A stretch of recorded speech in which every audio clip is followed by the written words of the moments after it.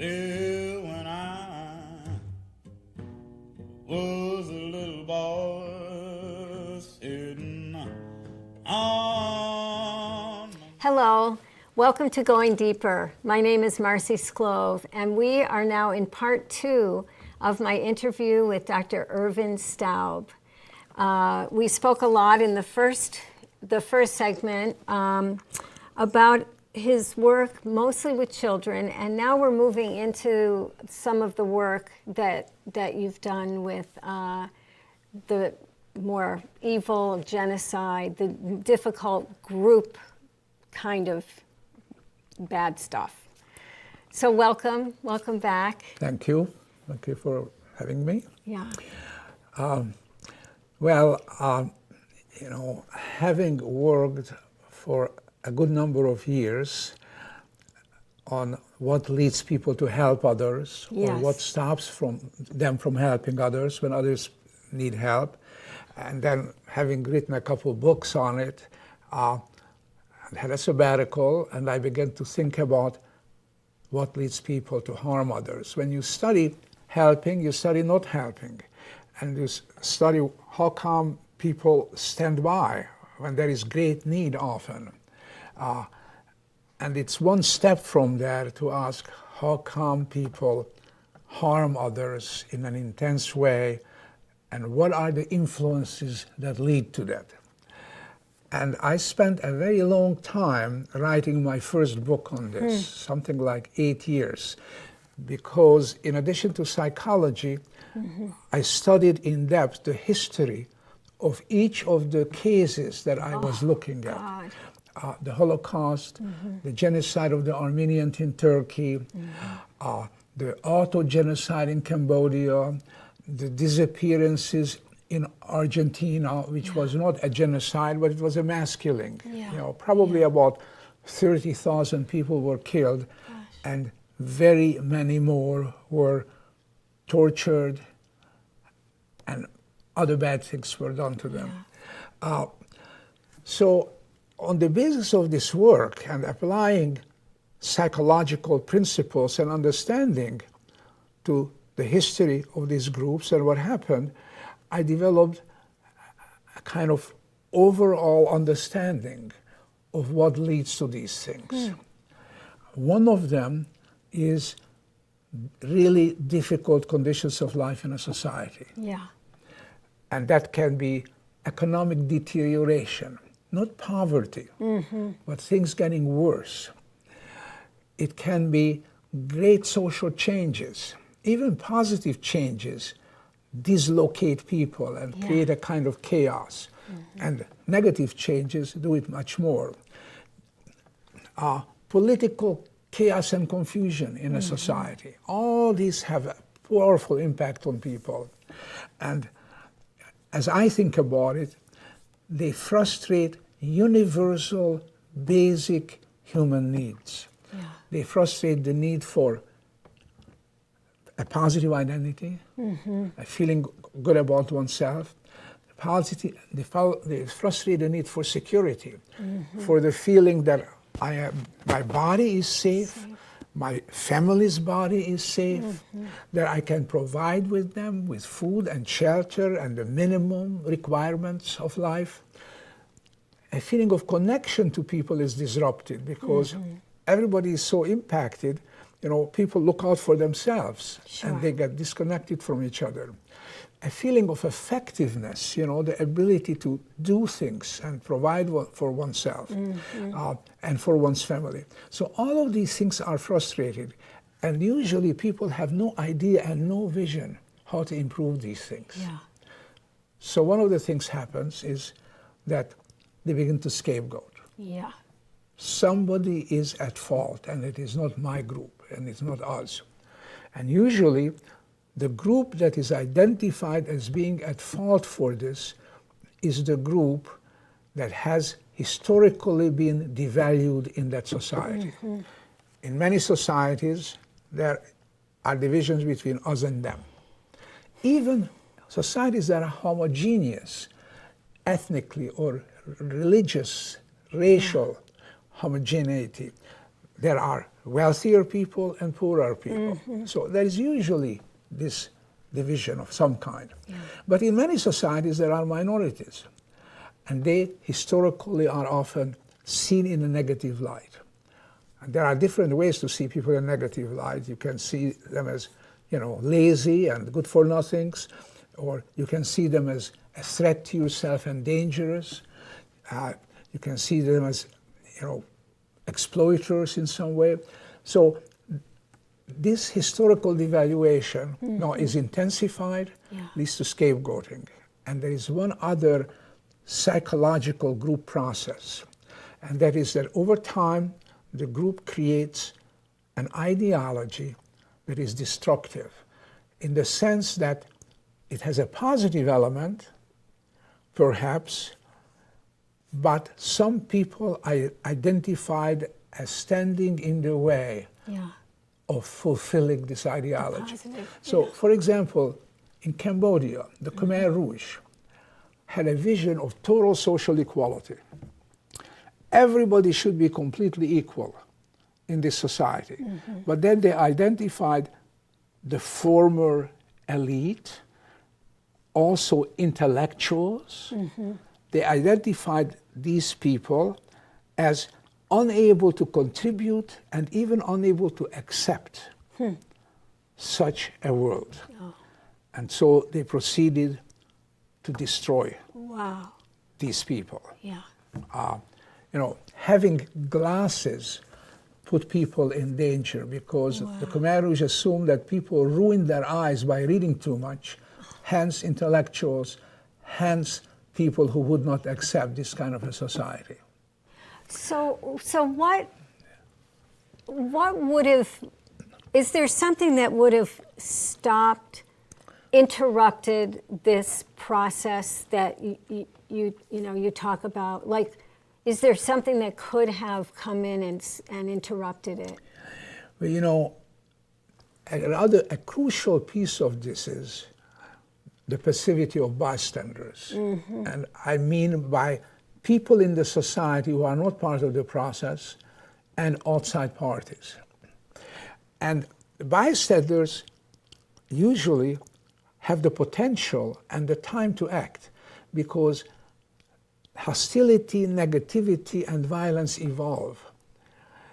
When society or individuals in the society take action against other individuals, they change along the way.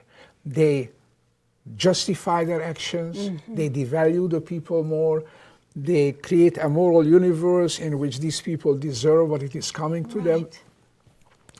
So as this evolution takes place, you can observe it, you can see it, and there is the potential to take action. Unfortunately, what I call internal bystanders, people within that society, usually remain passive. Why? Well, for one thing, it's an authoritarian system usually, and so it's dangerous. For another thing, people might feel helpless on their own. Also, they themselves are affected by these conditions. They also have learned to see that group in a negative light. They are also affected by life conditions.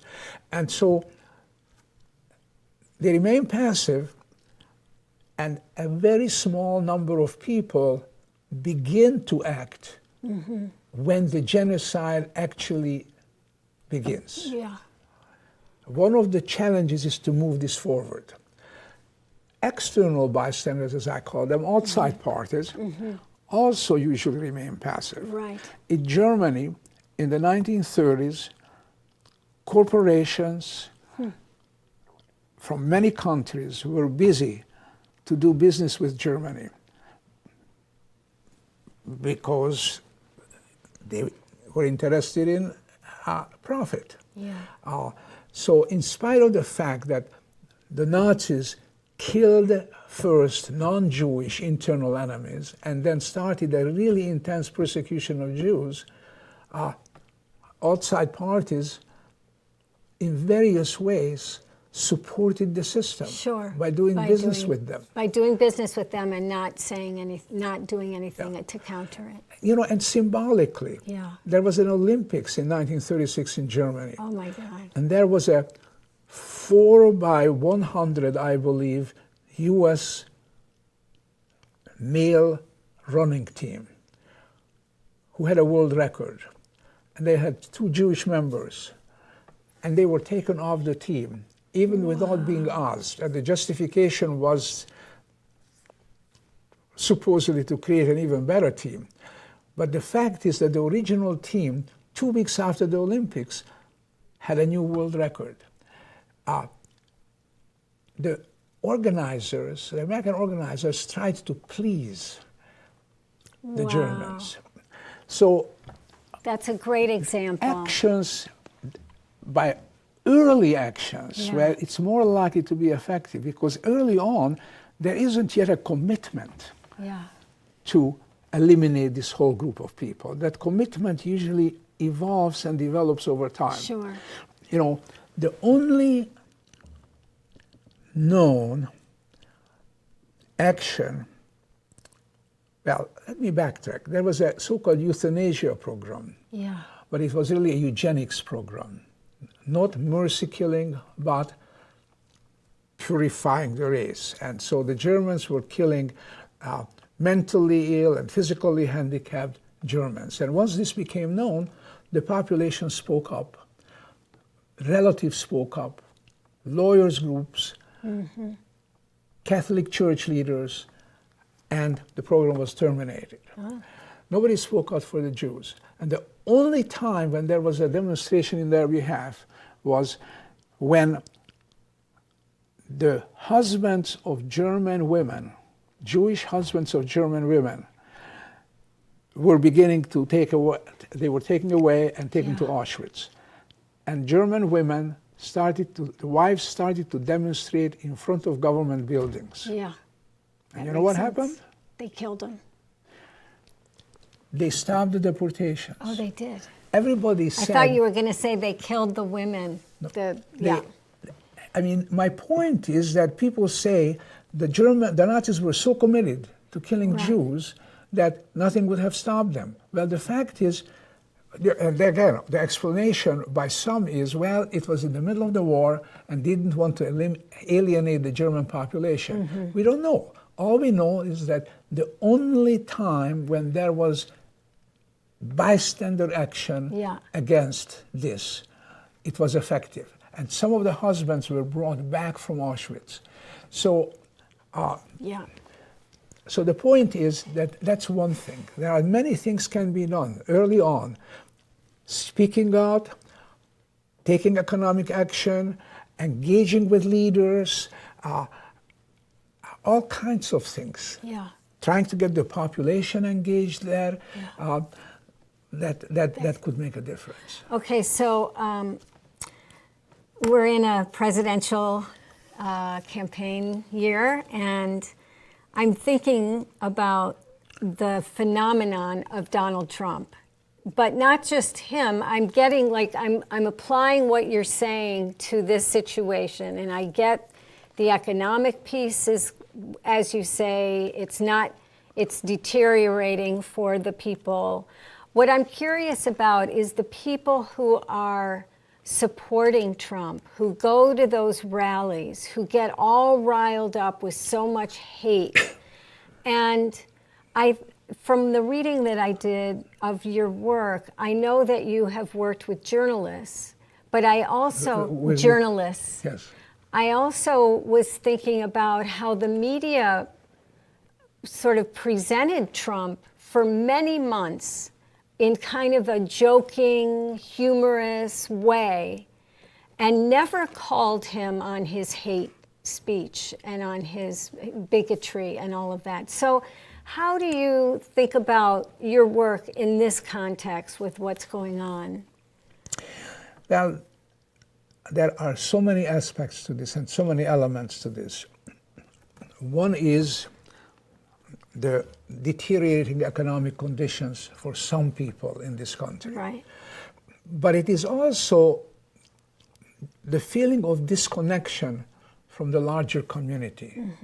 You know, one of the things that Roosevelt did at the time of the Great Depression was that he created these work programs that not only have people with their livelihood, but also said to people, you are part of this community. We are in this together. So the psychological element of disconnection, when there are such huge cultural and social changes, and of course the demographics, the increased number of Hispanics and other minorities is a part of this. And then, you know, I mean, look at what Trump is saying, and said from the very beginning, we are going to make America great again. So why don't these people feel that America is great? There are commentators who describe all the wonderful ways that America is still great and continues to be great. Well, you know, for these people who may be quite patriotic, but also nationalistic, you know, loving country doesn't necessarily mean that you are also nationalistic, that you want to enhance the greatness and so on of your country. But look at the history of the United States. Lost war, one after another after another. And we don't talk a lot about that, but, you know, Korea, we didn't really win. Right. Vietnam, we lost. Sure. Iraq, we lost, basically, in spite of the fact that we sort of won, but really, I mean, look at Iraq, look at the incredible mess. So, interesting. These people who are patriotic and nationalistic, and who Trump tells, we are going to make this country great again, and they don't specify, they don't talk about this, but I think that this is an element in there also. So all these things, a white Anglo-Saxon, or at least white and Christian America, and there are all these people who, the people we are talking about don't really see as white. I mean, a lot of Hispanics are white, but that's not necessarily how they see them. The issue of Muslims, the issue of all the threats to their lives. So all this activates them. And I think the challenge really is to recreate a sense of community. Now, people do need better jobs. There would be one thing that some people have been talking about for quite a long time. We have this terrible infrastructure. I mean, really, roads, bridges, railroads, everything. And money still is as cheap as it has ever been. So that could bring people into work that pays them better. That would be one very valuable thing.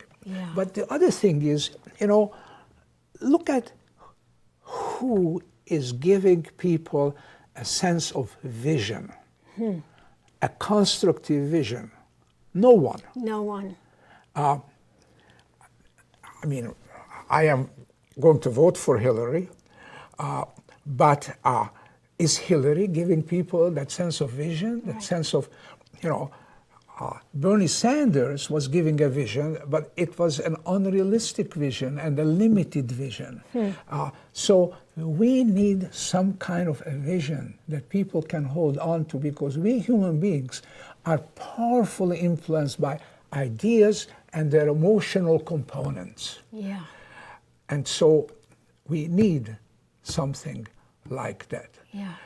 So that people have a way to define greatness in constructive and positive ways. And inclusive ways. Inclusive ways, inclusive ways. You know, values of cooperation.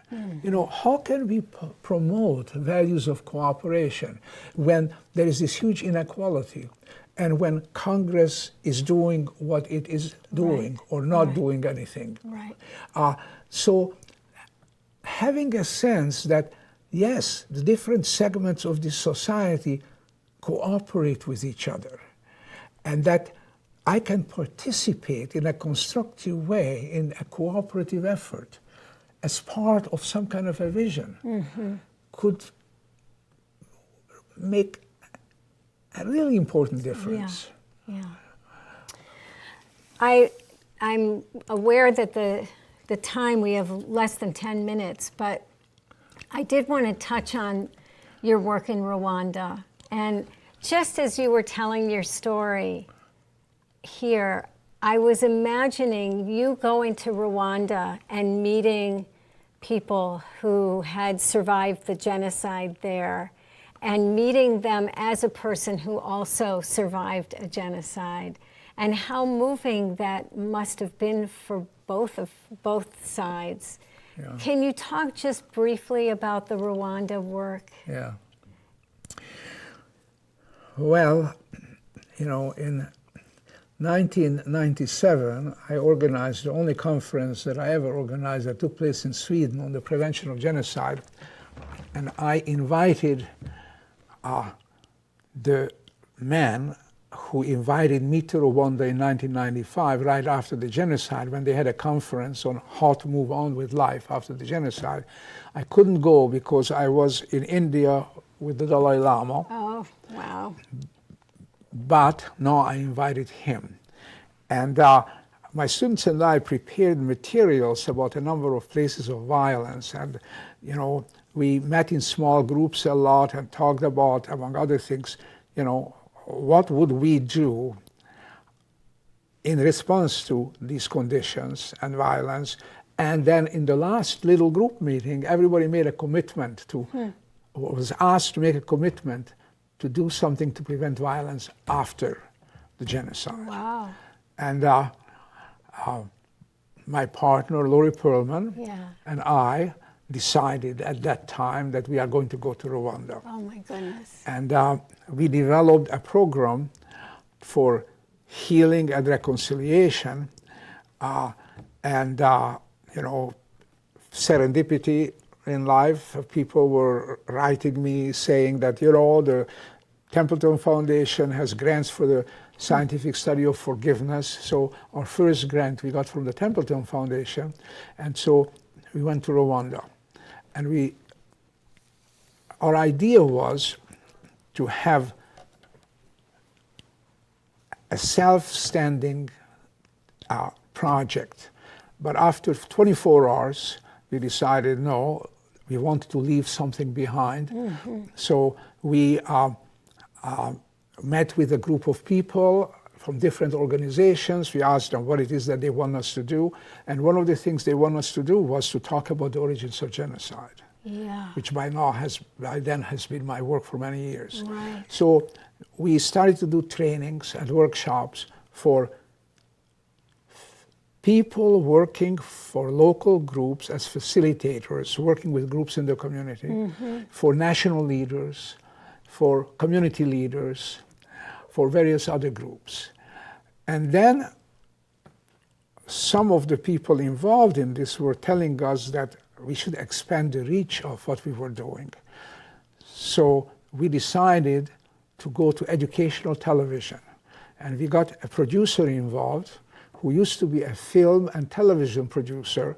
And we persuaded, and he wanted to do a program with me, a television series on hate in 10 lessons. We persuaded him to instead come to Rwanda and work with us to produce radio. And I forget, he was from Sweden or Denmark or? No, he lives in the Netherlands. The Netherlands, oh, Dutch, that's right. Yeah. And so we started to develop this first radio drama, embedding in the radio drama the actions, the behaviors, the materials that would help people understand the origins of genocide, but also contribute to healing. For example, something very simple like have people understand that just by listening to each other, empathically engaging with another person as that person talks about their traumatic experience is healing. Right. And, many other things. This radio drama and other radio programs started in 2004, the first broadcast. It's still ongoing. And we, in 2006, moved to Burundi and to the Congo, creating radio programs there. Yeah. Very recently, it started in the South Sudan. So it's now a very large program. Some of my former students are involved and some other associates are involved. I have to also say that you can look at a lot of the programs or examples of them because they're in English, they're not in the local language. But I was able to listen to some of the radio program on the internet. You were? Yeah. It was so interesting, and it was done with filming of the actors coming and receiving their script, and then how they sit together to do, the show, and then beautiful, beautiful photographs of families sitting around the radio and listening. And just the same way that used to be a big part of our culture here in the U.S., long time ago. Yeah, there's a lot of joint listening there. Yeah. And, the program started with a conflict between two villages and personal issues between people in the two villages. And one village attacks the other village, and then counterattack, and then lots of things happen, and reconciliation over a period of time. And there was something someone was explaining of the people writing the material, that these two villages were made up. They weren't real villages. That's right. And that in both villages there were good people and bad people in both. That's right. So that there could be no sort of stigmatizing that they're the bad guys, we're the good guys. And, all these ideas, understanding why violence begins, because people, when they see just one thing, the first step of the evolution, they think, well, it's just a little thing, I don't need to do anything. Right. But they need to learn that one thing leads to another thing. Right. And, so we promote active bystandership by examples of very popular characters. Two people, very popular people, got married. And people were sending on the radio, and people were sending presents to the radio station. That's wonderful.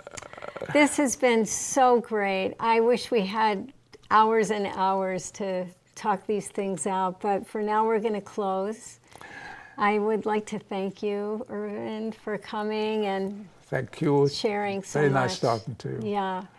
Thank you all for listening, and we'll see you next time on Going Deeper.